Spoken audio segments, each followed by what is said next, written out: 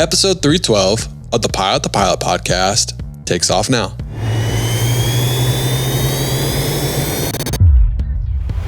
Avination, what is going on? And welcome back to the Pilot podcast. My name is Justin Seams and I am your host. Today's episode is with Dr. Jim Higgins and it's a state of the industry episode. These episodes are highly requested by you all. So we have the episode. It is exciting. It's a good one. Jim comes on and we talk about anything and everything aviation, whether it's American and then pausing hiring, whether it's Southwest and just some of the issues that are going on. And we talk about Delta and Wheels Up and we even dig deep into a lot of other stuff as well. You're not going to want to miss this. Share this with all your friends. Also, if you want your question answered, this is the first time that we have done this for this episode.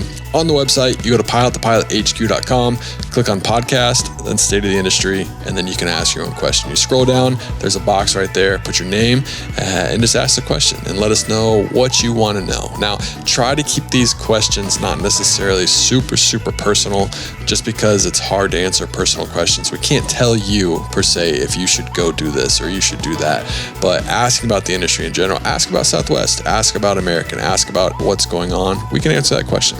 But Avination, I hope you enjoy this episode. So any further ado, here's Dr. Jim Higgins and the state of the industry.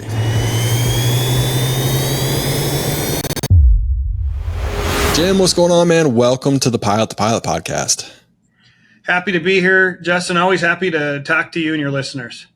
Yeah, we're always happy to have you on. It's a very requested segment. If we don't do this for a while, I get some angry emails. Be like, yo, all right, we love the podcast, but when's Jim coming on? What's going on? There's been news. We haven't talked about it. So I hounded Jim. Actually, I sent him one text and immediately he goes, yeah, let's do it. So here we are. We're doing it. So when you ask me, we get it done, you know? Absolutely. Happy to do it. There's a lot of things going on. Yeah, there's a ton going on. Number one, the one that obviously comes right off the top of my head is American Airlines. They came out and said they're going to suspend hiring for the rest of the year. I know we talked about this a little bit before, but United had the issue. They took a pause for a little bit. I believe they are now up and hiring again. Delta, at the beginning of the year, I believe they mentioned, hey, we're going to throttle back hiring a good amount. And that really wasn't something to bring a red flag because Delta has hired so much more than I want to say United and American has. Maybe I think United's closer to Delta, but Delta has done a much better job of positioning themselves for these attrition and for retirements that are coming up. So Delta had the ability to do that. So I guess we'll start off with kind of what's the take on the industry? What's the take on that news that's coming out? Is this all just Boeing related? American has the 800s and the MAX 8s. They don't have the MAX 9s or the MAX 10s. So what is all the issues with it? Why would you say there is the downturn and kind of the slowdown? Well, it's not because there's not enough passengers. TSA just announced that they had a record day of passengers, 2.99 million, almost 3 million. So it's definitely something with supply side. And it's not just Boeing. There's also Airbus issues, which we see affecting JetBlue and others. Airbus was supposed to be doing, I think, 75. I think I read that right. 75 aircraft. I mean, I want to say a month. That's just hard to believe. But they've had to revise that down to 70. And maybe that was quarter. I'd have to go back and read that. But the point is they're also mostly because of the engine issues, the Pratt & Whitney engine issues. But there's other supply side issues that they're experiencing. So it's not just Boeing. That's although Boeing's got the lion's share of this. It's not just them. But yes, that's absolutely impacting things. It's certainly not a problem with passenger demand. We are seeing a little bit of softening on the cargo side in terms of FedEx in particular. UPS has been the recipient of the benefit of that, so they're starting to pick up a little bit. But overall, the question I get the questions too, Justin. What's going on with hiring? Someone like me, older.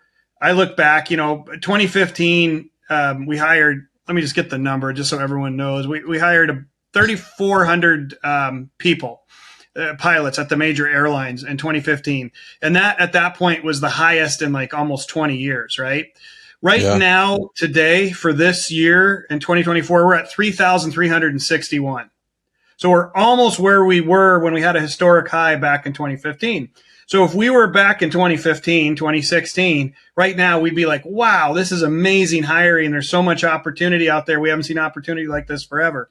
But because of the last few years, in particular the last 2 years, where we hired 13,000 and then 12,000, everyone got used to this, like, wow, these faucets are full on, the spigot's open, everyone and their brother can get a job. And so everyone felt that that was like the new normal. So what I'm trying to say is historically, we're still in a very good situation for pilots. There's no doubt about it.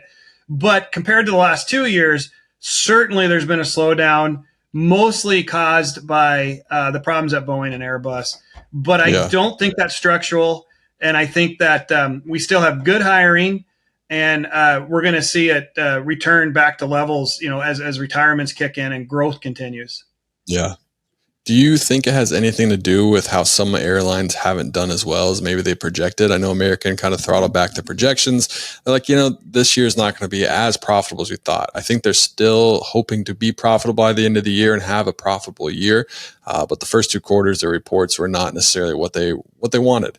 I believe the same thing with United. If I'm not mistaken, Delta was the only airline that actually recorded a profit for maybe it was the first quarter, second quarter. I'm not entirely sure. I want to say airline, that's excluding freight or anything else that they might have the opportunity for profit. But do you think any of that has to come into it? They're like, all right, well, let's kind of hold off, see how the rest of this year goes. If we need cash, we do have these kind of planes that aren't here, so we don't need as many pilots as we actually say we do. It'd be nice to have them all because we have a ton of retirements, but why don't we save some cash that we would hand out to these new hires in training cash? And why don't we just make sure we have enough going into election year?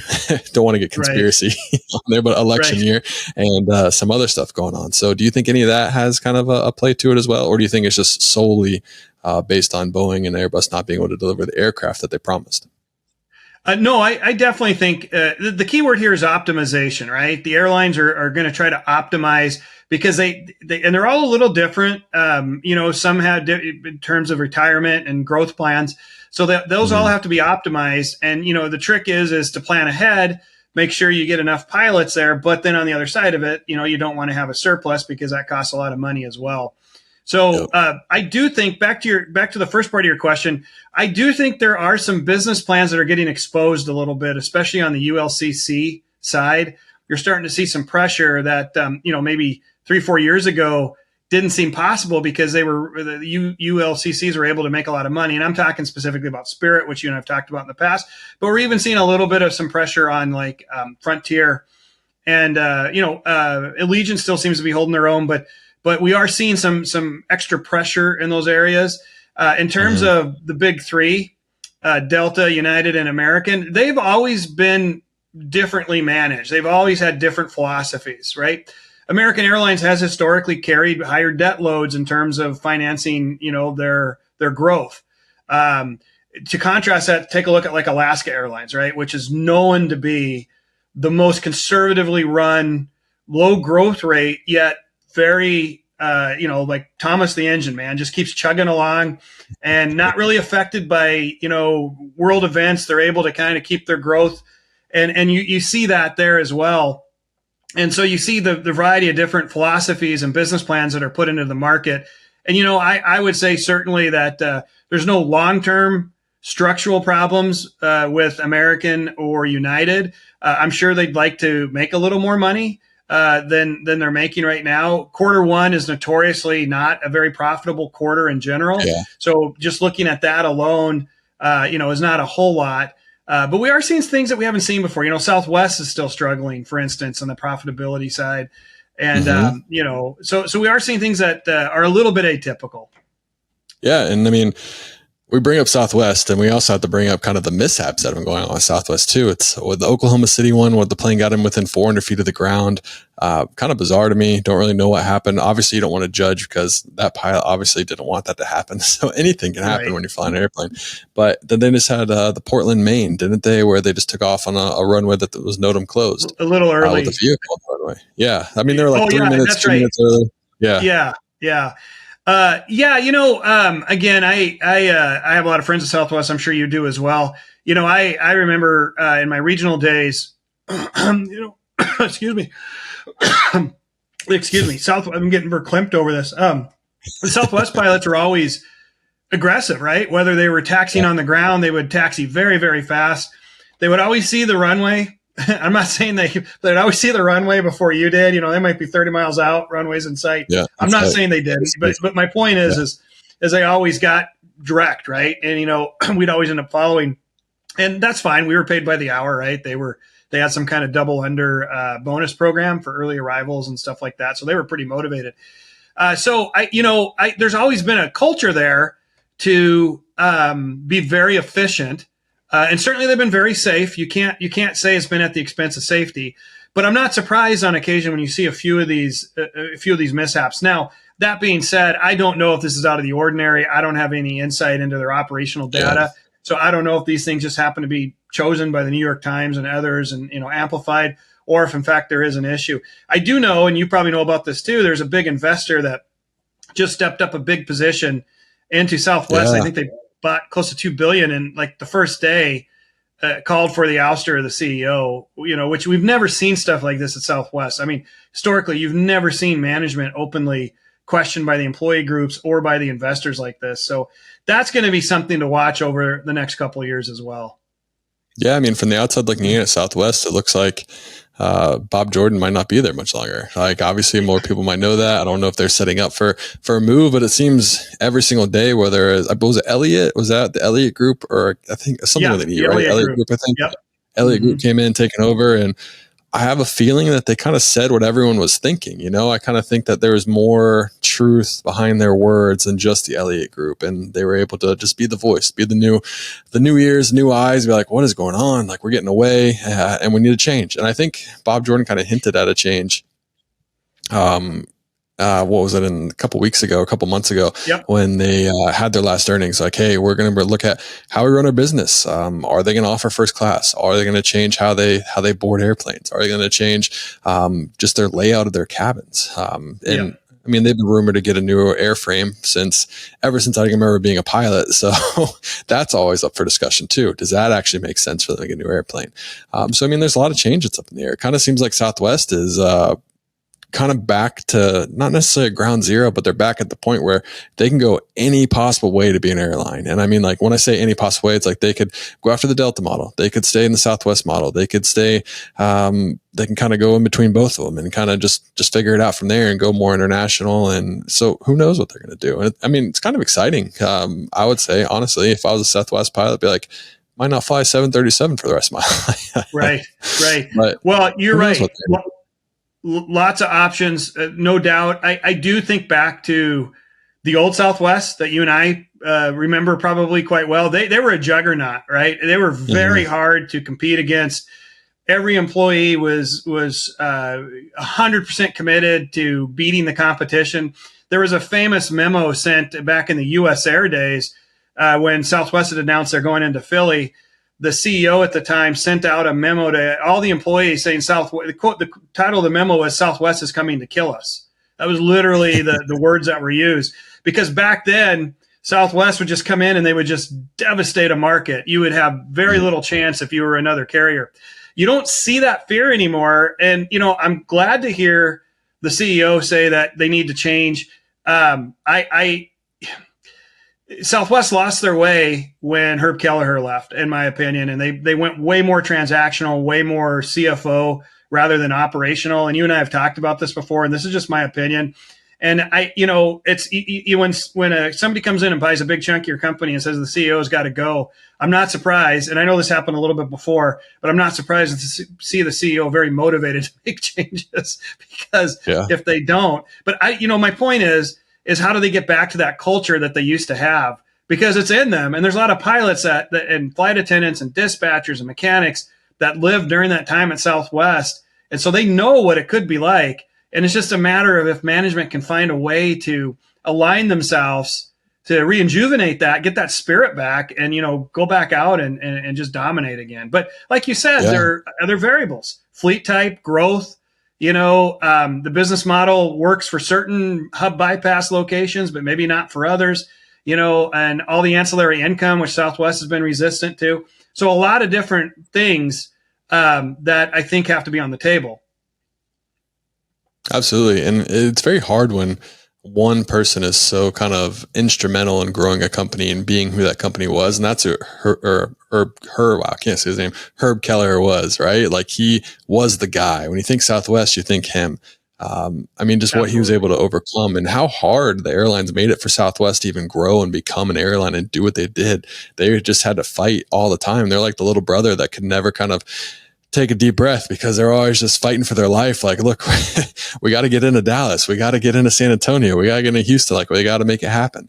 And they made it very hard for them. I think now that they have gotten more comfortable, and when you have that very prominent figure, it's kind of like Apple, Steve Jobs. When Steve Jobs left, I mean, obviously Tim Cook can still run a good company, but Apple's not when you think of Apple, you don't necessarily think of them as changing the industry anymore. It's like they came with the iPhone 25 years ago, whatever it was. Yeah. And ever since then, it just feels like it's the same thing over and over again. It's hard to kind of capture the original mentality of the person that created such a big brand and such a big company. And over time, it's easy to lose that. Completely agree. I think that that's exactly right. So I like you and I have friends there. I hope they figure it out and can turn it around. I mean, they're still a very viable airline. They haven't hired in a while, but they're probably as much as anyone affected by the Boeing. I mean, not probably. They are obviously because they've got single fleet type, and so that exposes a weakness in the business plan, right? When you have one fleet type and there's a problem getting deliveries from that fleet type. So yeah, we'll root for Southwest and hope that they can kind of channel that. It's very tough sometimes to change your culture. I used to do a lecture when I was teaching some business on how you can change the momentum of culture. It takes a long time. And you have to bring in a very, very strong personality. Think of people like, if these names mean anything to you, Jesse, you might be too young for this. Like Lee Iacocca was one of the classic cultural revolutionaries that they talk about.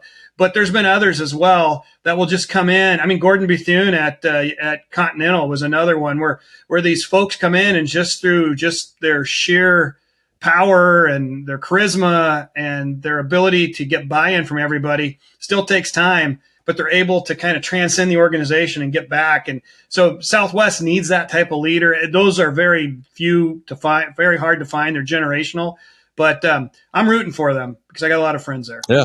I think we all are. Yeah. I mean, I enjoy flying on Southwest. I used to always give them a hard time because I didn't like their boarding process. But once I figured out that whenever I'm uniform, I can usually just board before everyone else anyways. I'm like, all right, this is great. I love it here.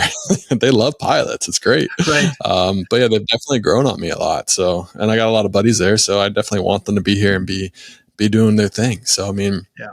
It is hard though, and also you got to think about how much bigger Southwest is now than 20, 30, 40 years ago. It's harder to change a culture of, it's still hard to change a culture of 1,000 to 3,000 people, but now some airlines are up to 5, 6, 7, 8. I mean, American Airlines I think has like over 100,000 employees total. It's like you have to infect every single one of those employees somehow and get them to change at least one thing about their day to kind of change how your company is going to project into the future. So it's a very difficult thing. I don't want to be in that position to try to make that happen, but I wish them the best of luck. Yeah. Well said. Yep. And we'll keep our eye on that. And just not to belabor the point, that has always been kind of a long-term question mark about Southwest. And you can even throw in like a JetBlue into that. Where is the growth, right? As soon as you dominate the continental United States, okay, great. You move into Canada, great. You move into Mexico, South America, Caribbean, great. But what about Europe? Well, and what about Hawaii and Asia? And of course, we're seeing that now with ETOPS. We're seeing the 737s go over there. And, JetBlue, of course, is taking their Airbuses into Europe. So, but that's always been the kind of the long-term question, because a company has a duty to grow, right? Its purpose is to grow, bring value to its shareholders. I would also argue bring value to its employees, but fiduciarily speaking, that's what they have to do. And so the question always has been, at some point, is there a theoretical wall where you can no longer expand? I mean, are you going to start seeing 737s go from LA to Narita? I mean, I don't think they have that kind of range, but the point is are you going to see that? Or I guess Hong Kong or something like that. Are you going to start seeing that? Because how else are you going to grow? I mean, you can only have so many flights per day between Seattle and Los Angeles, and saturate that market. So then how are you going to connect? There's also no feeder systems.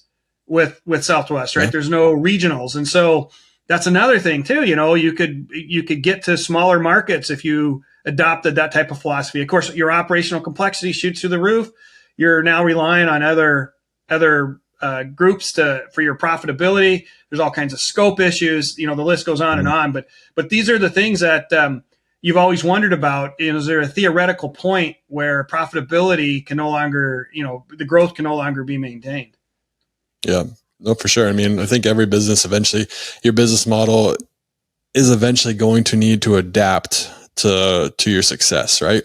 It's very easy to run a successful, it's not very easy to run a successful company, but it's even harder to run a successful company and grow that company because it's so many variables and changing, and you have to make so many choices. It's kind of the same thing with being a pilot. It's like you have to choose which route you think is going to be the best route. It's like, do I go 91K? Do I go regionals? Do I go major? It's like, well, when do I leave 91K for the major? It's all about timing. And it's all about making those decisions, and it's no different in a big company. You have to figure out a way to grow. If you don't grow, you're getting worse. That's what I always tell football. If you're not getting better every single day, or if you're not getting better, you're getting worse. Just the only way to look at it.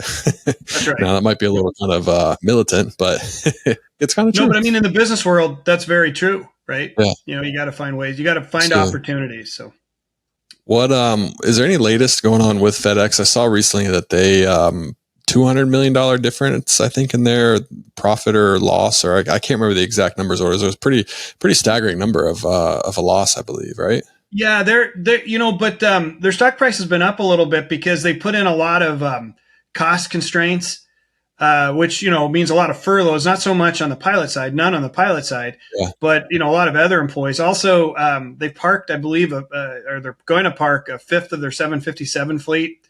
Which is technically a narrow body, I guess. So yeah, but they use that quite a bit domestically. They use the 7.5 quite a bit to go into South America.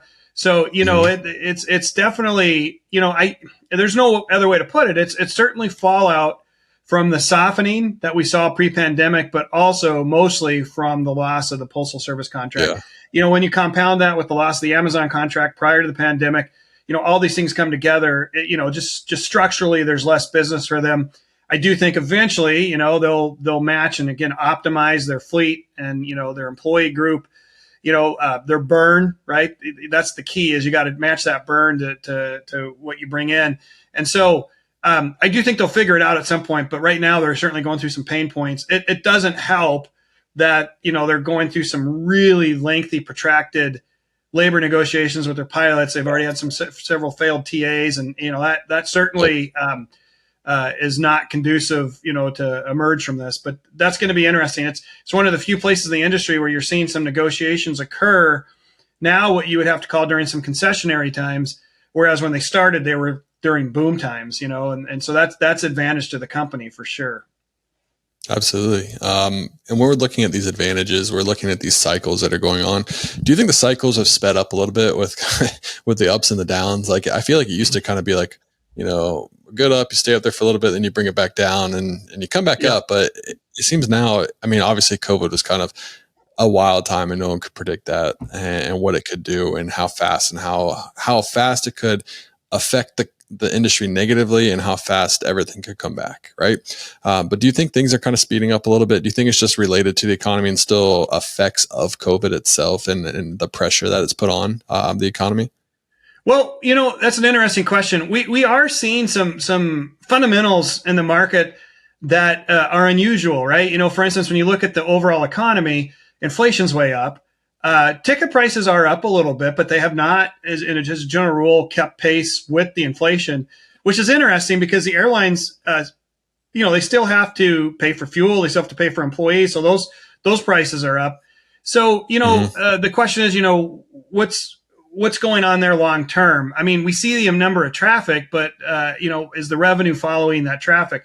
I guess the other way to ask it is, do the original business traveler, the business consumer, have they returned en masse? Have they come back, or is this still mostly leisure travelers, or is it too murky of a variable now to determine the two? I just as an anecdote, my family and I just flew to Barcelona from Newark.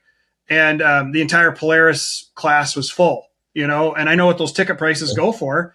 They're not cheap, I priced them out too. So somebody's paying for these seats somewhere, and Right. and they weren't upgrades. So I don't know. So it's a little bit of a your question's a good one, and I guess the fancy way of me saying I don't quite know, because we're seeing some kind of uncharted things.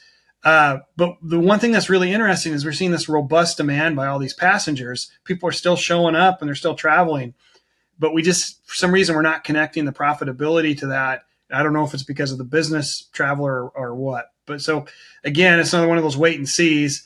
I hate to say it like this too. In the past, sometimes you had to wait for what we used to call an airline death. That's where an airline would go away, and then the demand would be picked up by the others. And demand not in terms of passenger demand, but revenue demand would be picked up. So we'll see what happens. We'll see how it shakes out.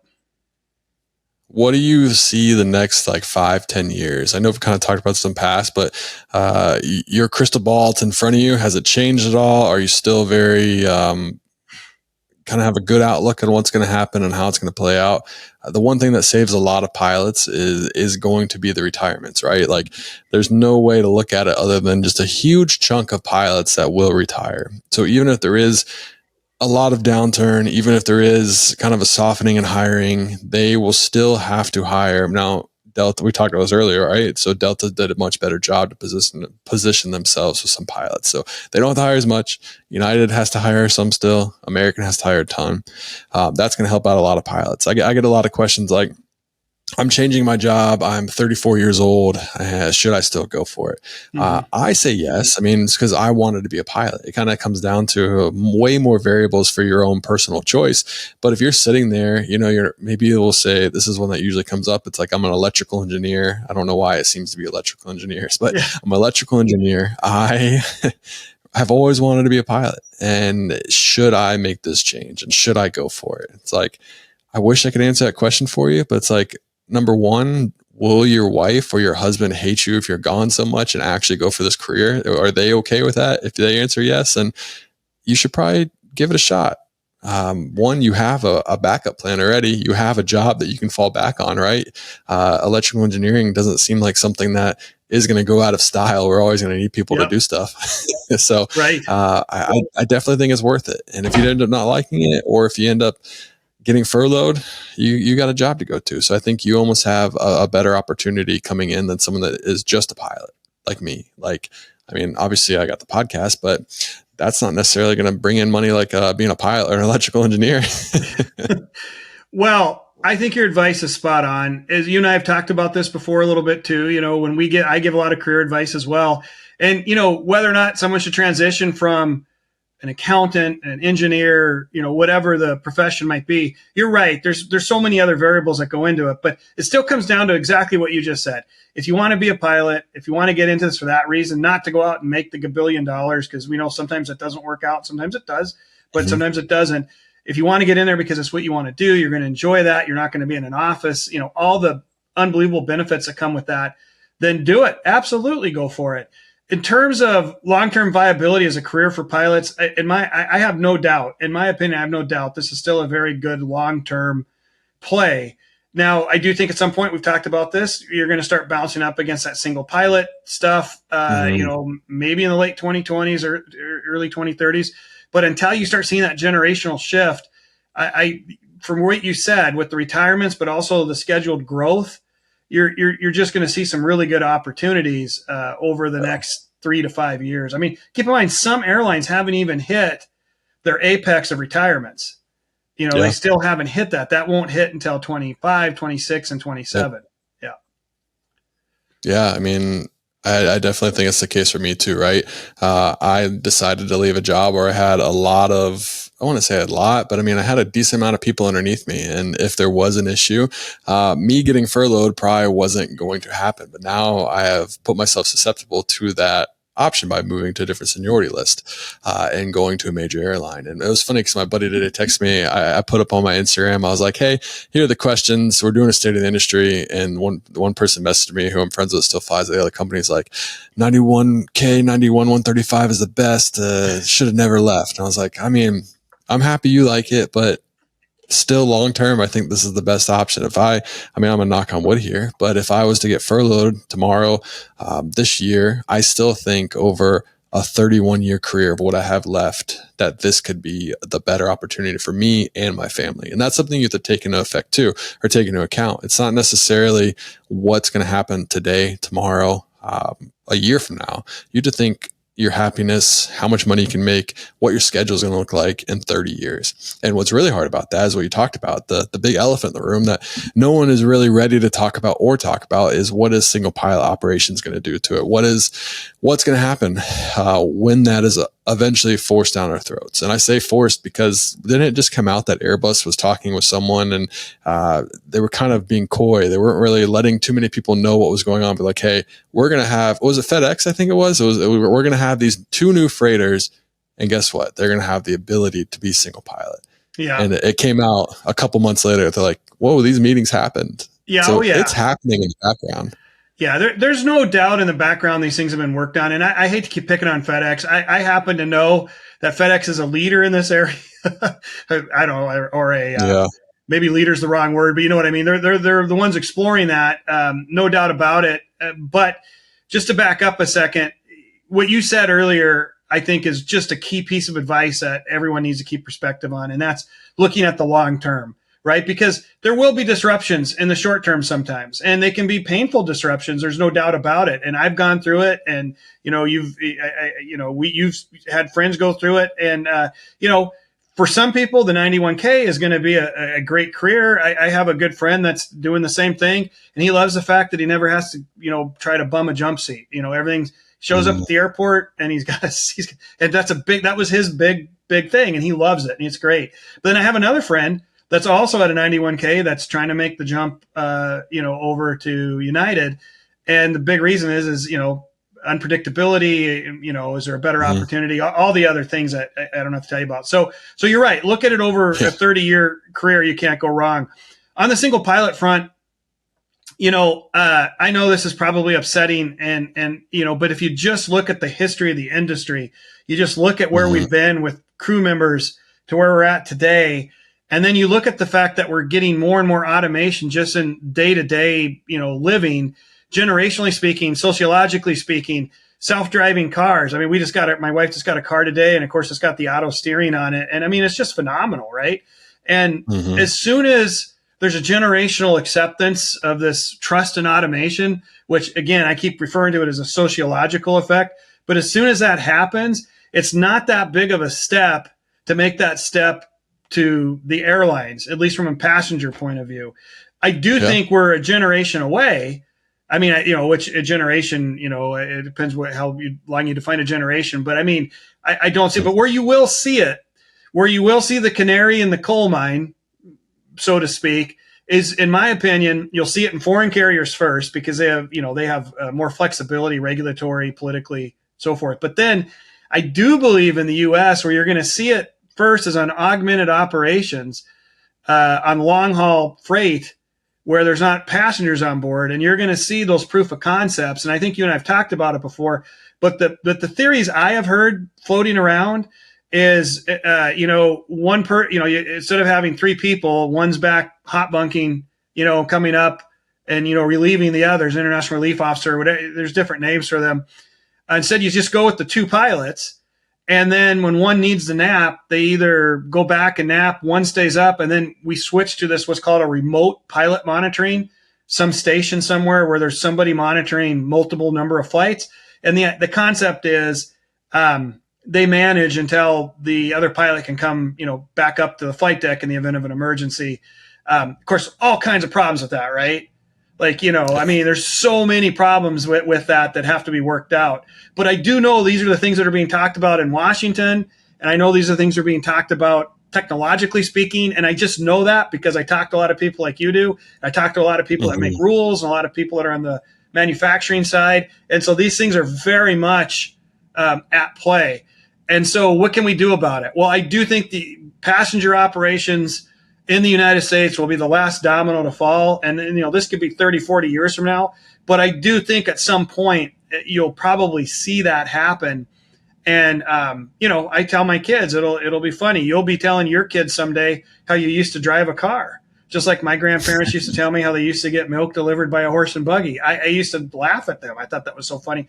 That's going to happen as well to this next generation. So back to this point, I hate to say this because I know my union brothers and sisters get so upset that I'm not towing the line on this, but just apolitically speaking, as a student of history and just looking at what's happening, I just think that eventually we're going to get to that point.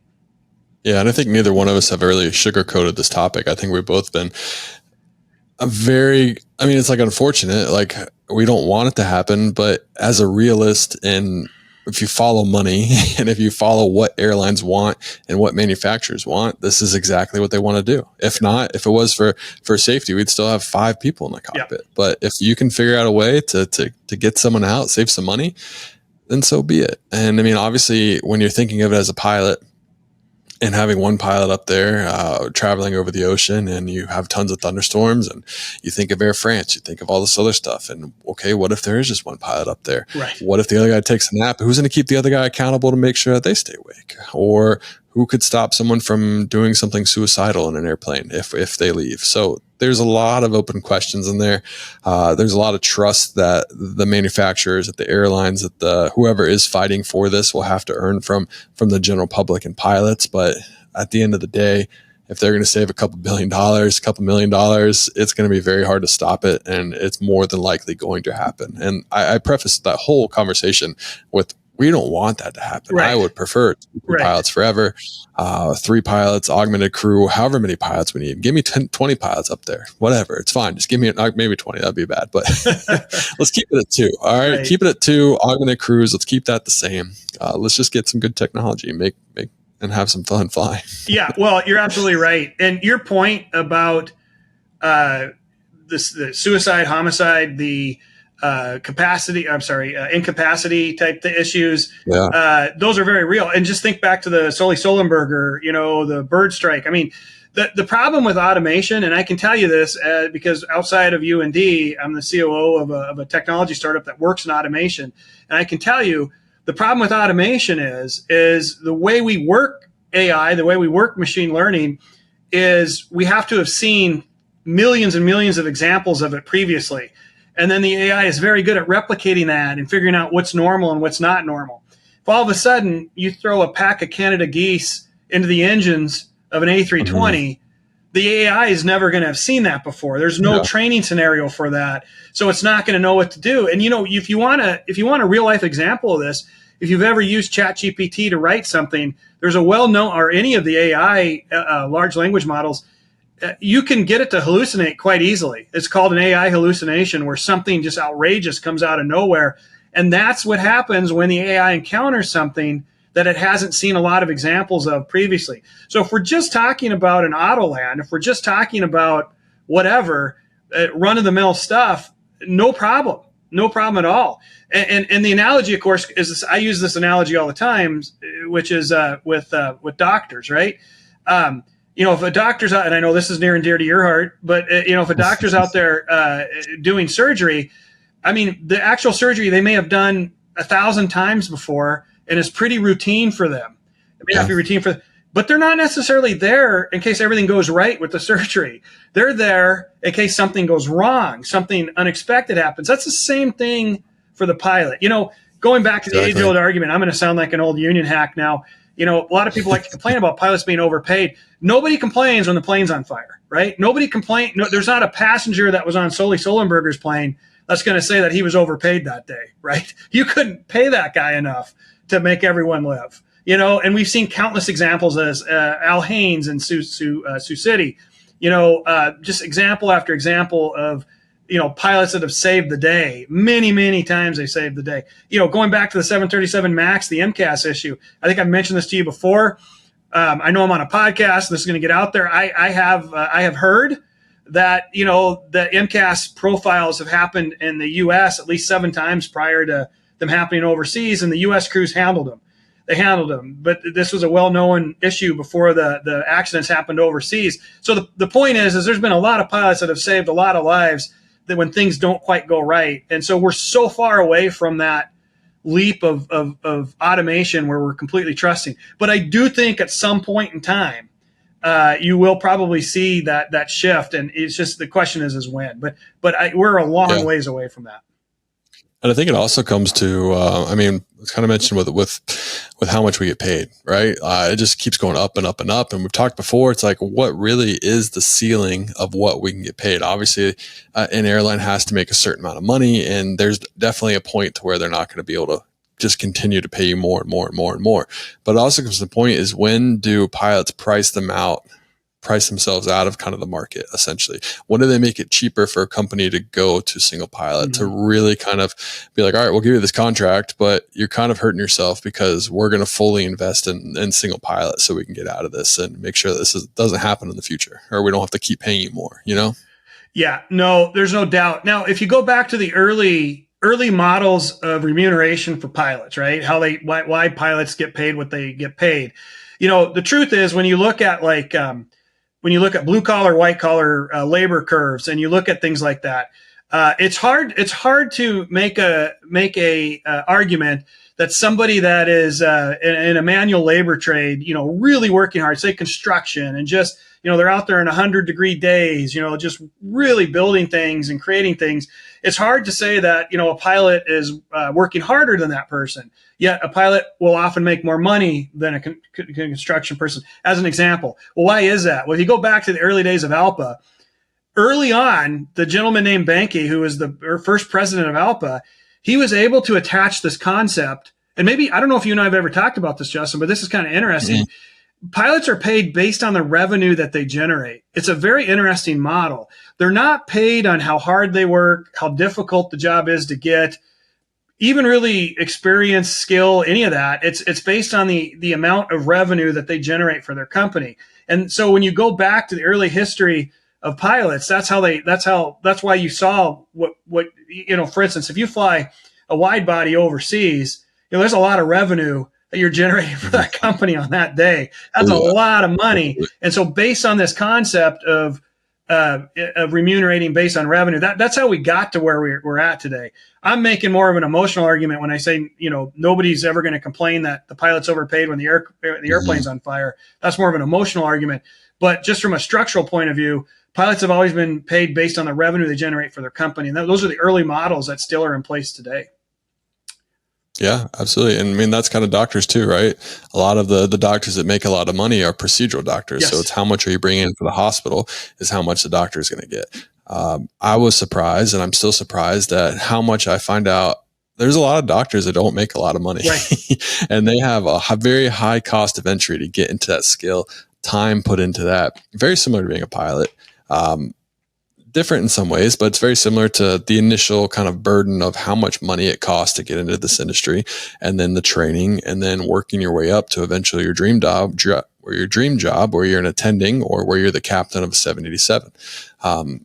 Very much, very similar in those aspects. And it's funny that you brought up the revenue share program, which is very similar to how doctors are paid. So yeah, it makes a lot of sense. Yeah. Well, I've always thought there's a lot of parallels between medicine and flying. I mean, the one area where I think medicine can use a little help from aviation is in like the safety systems, the incident reporting, the Folkwa type systems. Of course, right now, because of the litigious nature of medical and malpractice and stuff like that, nobody wants to really record a lot of that stuff. And I don't blame them. Yeah. But, there is a fair amount of medical error. And so, but we're getting a pretty far afoot on that. But what you just said about the revenue share and about doctors, I mean, you look at how long it takes to become some of those doctors. I think it's after med school, it's a minimum of 3 years of residency. If they can get into a residency, right? If they can find a residency. I don't want to talk about it. Yeah. Sorry. It's probably too soon. But and if you go into any kind of specialty, it's even longer. And I know that, and by the way, there's no guarantee you're going to make it through residency. I mean, it's a really rough road, I've always thought, and no doubt about it. And I agree with you, especially when you owe $200,000-$400,000 bills and student loans. I mean, some doctors, you're not going to want to talk to me anymore about this, but I do know, looking at those models, some doctors are not cash flow positive until they're well into their early 40s. Yeah. That's a long time to be in debt. It's a very difficult path to go down. And if you know someone that wants to be a doctor, you really got to think about it, because it's tough. It's tough on everyone. It's a very interesting industry, and we'll leave it at that. It's obviously not the state of the medical world, Right. but before we do kind of hang it up and stop talking, we do need to talk about Mesa. They announced that they're going to furlough some pilots. I think the number was 50, maybe, if I might be, 50 pilots. What is going on? I mean, they're kind of a hard airline to get a read on. We mentioned before we started recording how much of this is kind of the 737, the freight side of the business, how much of this is Mesa. We also talked about how they actually had a profit. They were one of the only other airlines that had a profit, I believe, in quarter 2. And I mean, maybe it's not a ton of profit, and that doesn't mean that an airline can't furlough if they do have a profit, but it just kind of makes you shake your head. It's like, what's going on? Right. Well, it is an anomaly. It's atypical. They're behaving differently than the other carriers. The guy that always looks at it from the standpoint of labor, which is who I am, I'm going to tell you that maybe the furloughing provisions, the anti-furloughing provisions in the contract at Mesa probably aren't as strong as they need to be. Because think about it. If you could run an airline and from month to month, I mean, this is going to sound horrible, and I'm not saying anyone would ever want to do this, but if you could every month, like in the winter, for instance, when the flying goes down, seasonally furlough, I don't know, 10% of your pilot group, and then bring them back up, for the summer, you would probably do that quite a bit. Now, I'm not suggesting that's what's going on at Mesa, but I do think that probably you contrast it with like FedEx. I mean, it's a silly comparison, FedEx and Mesa, but FedEx has so much anti-furlough provisioning in their contract that it's just not palatable at all for FedEx management to even entertain a furlough. It's just going to be too costly for them. But that's obviously not the case at Mesa, is my point in the comparison there. So I think it could be a local disturbance. It could be a local disturbance in the market. We do know that there's been a little softening on the FO hiring at the regionals. I do think you're seeing a lot of upgauging back to the majors, So, you're starting to see at United, you're starting to see 737s go into markets that, and Airbus is going into markets that, regionally originally had Embraers and Canadairs go into. So I do think you're seeing a little bit of a natural shift there as well. So there might be a softening of demand. And then you also mentioned the cargo piece. Mesa does have this cargo piece, the 737 operation, and it's kind of also an enigma to everyone else like myself. I have no idea what's going on with the demand there for them. If it's following the normal freight demand, then it might be down there as well, which would obviously trigger some softening demand. So again, really difficult to figure out what's going on. I would encourage the Mesa MEC to do everything they can to eventually add some better furlough protections to make it a very, remember the rule of thumb is you only really want to furlough if your management, if it's going to be more than 2 years that someone's going to be out, otherwise it doesn't pay for itself with the training churn. And, maybe that's not the case here. And so that's just something that needs to be looked at, I think, long term. But I feel bad for the 50 pilots at Mesa. Yeah, I do as well. As someone who I mentioned who's now at the bottom of seniority list, I think last time I looked at him, like 86%, which is pretty impressive for only like a month. Not bad. Yeah. Yeah. When I say 86%, I mean in the base that I'm at. So in LaGuardia, in that base, in my fleet, I am up to 86%. And I was really liking to see it go up and up or down and down and down until. Right. But anyways, so I did put out a bunch of questions, or I did put out a box on Instagram. You can actually find it on my website. It's pilottopilothq.com. You click on podcast, go to State of the Industry, and you just scroll down. We have about 5 or 6 podcasts on there that we have done in the past. I don't know how many I have on there, but you can listen to them, and then there's a place for you to ask a question. And we have questions. We have a decent amount of questions. If you ever see me going like this, it's because I was reading an email that probably just came in. But a lot of the questions we did answer, and a lot of the questions we're kind of talking about, like, all right, don't sugarcoat it for me, but I want to do this. I probably is the hiring going to get better in a year or two? Is it over forever? Is it all that kind of stuff? And it's very emotional, right? Especially when a lot of it is timing, and you can't control your timing. It's very frustrating when you can't control when you're going to get to the dream job. There could be a worse pilot than you, someone that just took forever in training or just was a bad student, but they knew someone you didn't, and they get hired a day before you, and their career looks way different than your career. It's just how it is in the aviation industry. It is all about timing, and it's something you can't control, and it's so frustrating. But just because there's a downturn, like you said, historically, it's not necessarily a downturn at all. Just because there's a slowdown right now, it doesn't mean that your career is going to be affected. We did mention earlier, talking about looking at this as a 30, a 40-year career. Try not to look at it as a 1 to 2 year career. That's very hard because you live in the moment. You're not living. I mean, you are living for 30 years from now, but you're not. You're more worried about what's going to affect you right now to this day. So those are kind of things that I have to say about this. There's a couple questions in here. One was actually from my best man's little brother. Yeah. So Will Blaylock, shout out to Will. Thanks for his question. He said, for the average guy like me, flying commercial is always a nightmare due to delays, cancellations. Granted, some of this is due to uncontrolled events such as weather, but what steps should be taken by the industry to improve the flying experience from the average consumer?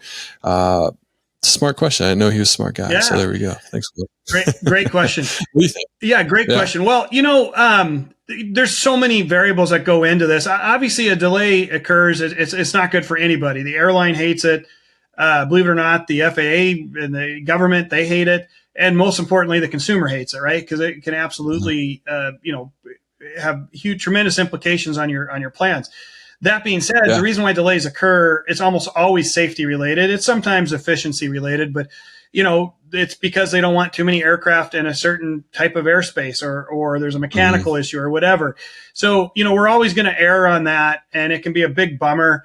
My flight back from Barcelona got canceled, and so that was a big problem for us. I mean, and everyone scrambles. But let's just talk a little bit about, is this going to get better? I'm going to be a realist here and say, given the fact that air traffic control is way behind in number of positions they need to fill system-wide, given the fact that we're seeing a massive increase in number of passengers and we're seeing more and more flights added, I don't see there being a relief here anytime soon. Now, one interesting thing to keep in mind, and this is really interesting, I don't know how I feel about it, but when we were canceled in Barcelona, the European Union has very interesting rules for an airline cancellation. One, they don't care if it was controllable or uncontrollable. They don't care if it's ATC, weather, mechanical, et cetera. They just don't care. You're automatically going to get 600 euros if your flight's canceled. So they've taken a very aggressive regulatory stand in Europe for everyone that gets canceled. And so, when that happened, my wife and I, she flies for a major airline, we were talking about that. And I was like, boy, if they started doing it, because, sometimes that stuff makes its way. You saw it with the tarmac delays. You saw that with the Bill of Rights.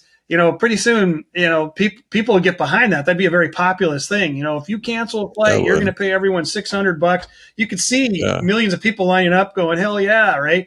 But I don't know. That would be a really interesting concept. But my point here is you might start seeing, if the delays get really bad, people start complaining to Congress.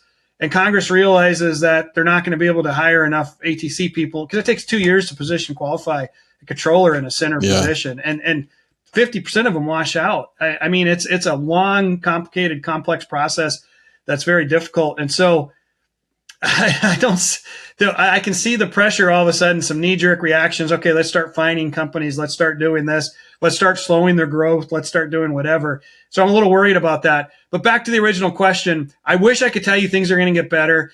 We're probably going to have to wait for technology to catch up. Next gen's been a big promise that has not 100% delivered yet. So maybe we'll start seeing some things there with some technology that allows us to be more efficient and, lessen those delays.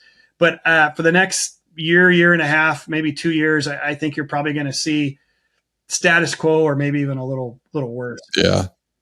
Well, I think honestly, the biggest kind of thing that makes most passengers so mad is going to be the fact that they just don't understand kind of what's going on. The communication a lot of times is very bad. It's horrendous. Sometimes it happens out of nowhere. Sometimes what they tell you is different than what they're going to tell you 2 minutes later, and what the app says is different. What the gate agent said or what the pilot said. It's just there's so many variables that can affect one flight, and when one flight's affected, you got to think of that one flight then has effects on 5 flights. Absolutely. It's never just that one flight that's going to be affected.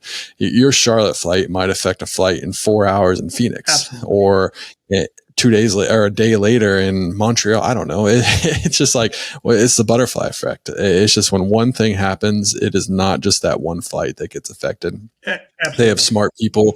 They have people looking AI, looking at how they can replace planes, how they can move stuff around, what flight's going to create the most revenue, which one they shouldn't piss off, who has the number one passenger on board that spends the most money for said airline. All that stuff is looked at when they have delays and cancellations, and they try to minimize that. And what they're mostly going to minimize the amount of money that they will lose. Absolutely. So until that, essentially until what happened in Barcelona for you, until the airlines are hurt financially, I don't think you can expect any change in that, because there's no reason to. An airline CEO or someone higher up, a C-suite, they understand how that's frustrating, but they don't personally get to feel that as often as a gate agent, as often as a frontline employee, because it's also really frustrating for them too, let alone the passengers. Yeah, absolutely. And, you're going to hear, maybe you've heard this before, but you're going to hear at any airline, as passengers deplane, if, the flight didn't go as planned, there's big delays, you're going to hear a lot of people say things like, I'll never fly on this airline again. And of course, 2 weeks, we know passengers are very price inelastic. They're going to go to where they get the best deal, whether they've been treated in their mind horribly the week before or not. So also, no one airline is that much better than another airline in terms of delays, cancellations. I mean, there's maybe a little bit there, but I mean, not enough to make a perceptual difference across the entire fleet. So there's really no other place to go. So it goes to your point. There's probably not going to be a lot of change until something else happens that, structurally changes, the thought processes at these airlines. But it's not going to be anytime soon, in my opinion. Yeah. Another question was asked, talking about Wheels Up. I think it was 10 to 20% of their pilots. Yes. Wheels Up for a while has not necessarily been in a great spot. Writing's been on a wall that it just doesn't look great. Their stock is awful. Wasn't it at one point being threatened to be taken off the exchange because it wasn't doing so well? I think that it's an anomaly in the 135, 91, 91K. I think it has a lot to do with kind of management. What interests me the most and is why Delta invested and put so much money into it. I don't understand their game plan. I don't understand what their vision is with it. I mean, I guess I do understand they want to have, everything there for their I can't remember what's their like top tier status. I don't fly for them, so I can't say. Their diamond medallion. Yeah, they want their diamond medallions to have the opportunity to fly private, to have the full suite of aviation, just the full experience. Yep. But they chose Wheels Up to do that. That doesn't make sense to me. Well, airlines have historically attempted to grow horizontally and vertically. There's been examples back in the 80s where airlines have tried to buy rental car companies and hotel chains to control the overall travel experience. And, historically speaking, that's ended up very poorly. There is a notable exception to that, and that's when Delta Airlines purchased their own refinery several years ago. That was kind of a big move, because the thought process was, they don't know anything about refineries, so what are they doing? Mm-hmm. But that seemed to work out. But generally speaking, when an airline tries to no longer be an airline, and this is nuanced, right? Because it's still aviation and you still got passengers, but it generally doesn't work out. So I don't know why Delta found that so compelling to go after that. But what I can tell you is they do, I guess, want to control that top end luxury experience. But we do know that if Delta had not stepped in, whatever it was 6 months ago or whenever, that the Wheels Up would have gone out of business. They were days away from a bankruptcy. So clearly that particular business plan isn't working. Without getting, and you probably know way more about this than I do, but the utopian vision for a 91K operator is to get the mid-sized business executive or somebody that has a net worth of less than 20 million. Right now, you have to have a net worth of around 20 million to justify a fractional share. Wheels Up tried to go on the lower end. They tried to push people. Their philosophical was maybe we can reach down. They did some Costco stuff, right, where you could buy a Wheels Up thing. So they're definitely like trying to go for that 10 million to 20 million and maybe even lower. But the technology doesn't exist yet for that. The microjets that were supposed to come out in the early 2000s, that were supposed to kind of change that. Even a Honda jet was one of those that was supposed to come in and kind of revolutionize and bring that lower business segment down. But the fact is, in my opinion, the only fractional that has absolutely figured it out and cracked the code, and certainly not without issues, but has been NetJets. There's been others, that obviously have been around for a long time and, they're hanging on. But then you see some of these newer upstarts like Wheels Up, and they have to, just like Southwest, they have to go back to the drawing board and revamp. It's not working. They're not bringing in enough revenue. Well, I mean, as someone that has a lot of experience in flying in that market and being in that industry, that side of the industry, it's a very, very difficult place to make a lot of money. It is very difficult. It is. Aviation in general is hard to make money, but like 91K, 135, 91, very hard to make that kind of money consistently. The amount of expenses that you have and the amount of variables that come in with a 91K operation is astronomical. It is absolutely crazy. You think about an airline pilot, what they have to go through. You double it, you triple it. It gets it's crazy, but just what you have to pay for, and you just do it, because how are you going to tell someone that makes $100 million a year that their plane isn't ready for them? And then it's like, all right, well, we got to figure out what we're going to do. How do we get this plane to get here? And then you're paying for this, and then you're paying for gas over here. It's crazy, but it's just it's a very hard industry to break into.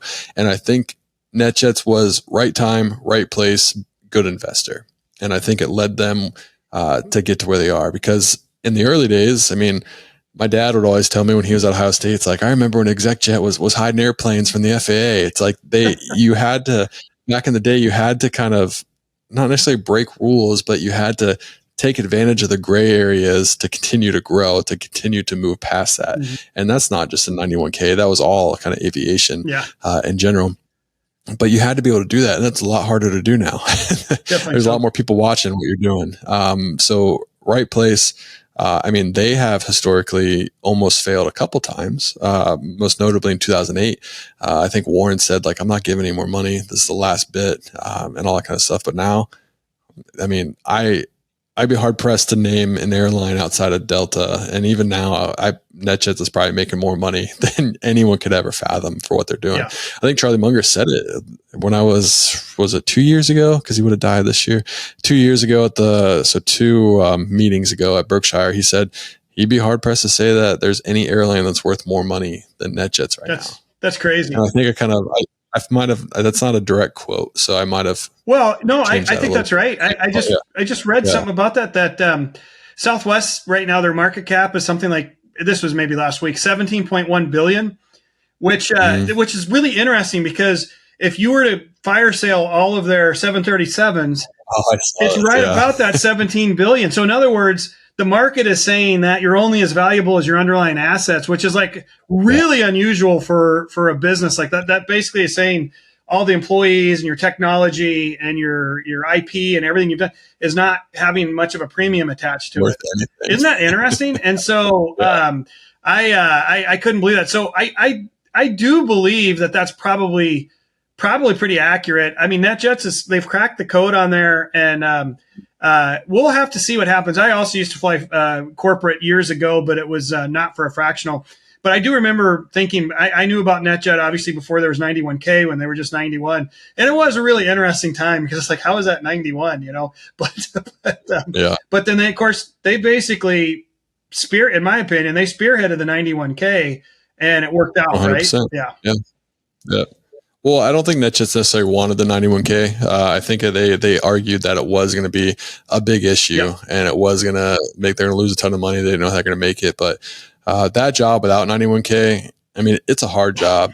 It's a good job. I enjoyed my time there, but that job without 91K, when I used to fly with some of the other guys and girls there, and they'd be like, yeah, 10 hours, they call you whenever you want. So you're only guaranteed 10 hours of rest. They call you whenever you want. Hey, pop-up trip, get to the airline, get to the airplane. Like, oh my gosh. I did that for freight for 2 years, and that was tough, but man, it's yeah. Well, the whole 91 thing. Oh, sorry. I mean, the whole 91 thing has always cracked me up, Justin. You could be a 121, 135, 91K person, and for instance, you're shooting an ILS down to minimums. You can't even start unless you have the correct RVR, and these are presumably expert pilots with really good equipment. But you're a 91 person, part 61. You're an expert. Yep. Go ahead and give it a shot and see what happens. Just multiply that by so many different things,